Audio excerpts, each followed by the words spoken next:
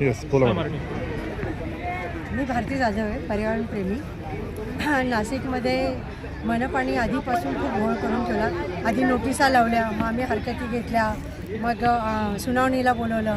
मग सुनावणीनंतर आम्हाला असं सांगण्यात आलं का आमचं ती जी क्रॉस जी होती, क्रॉस तर लहानपणापासून आम्हाला अर्थ असाच आहे का कॅन्सल.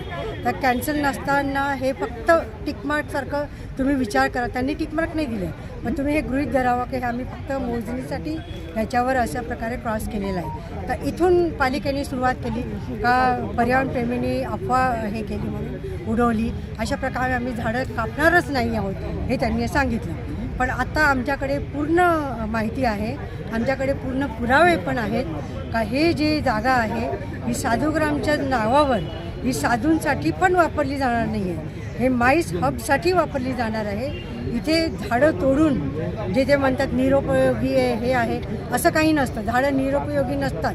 झाडं ही निदान सावली तरी देतात, झाडांची मुळे भरपूर काम करतात.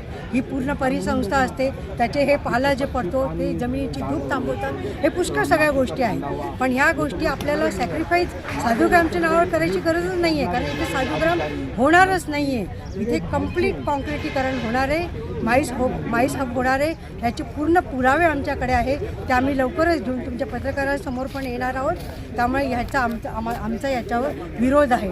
आमच्याबरोबर सयाजी शिंदे हे पहिल्यापासून होते आणि आत्ताही आम्हाला पाठिंबा देण्यासाठी इथे हजर झालेले आहे. एक नाशिककरांचं बळ हे त्यामुळे वाढलेलं आहे. आम्ही हा लढा थांबवणार नाही. त्यांनी ही ऑर्डर तुरंत रद्द करावी, त्यांनी पत्रकार परिषद घ्यावी आणि ही रद्द करावी, बस हे आमचं म्हणणं आहे. धन्यवाद.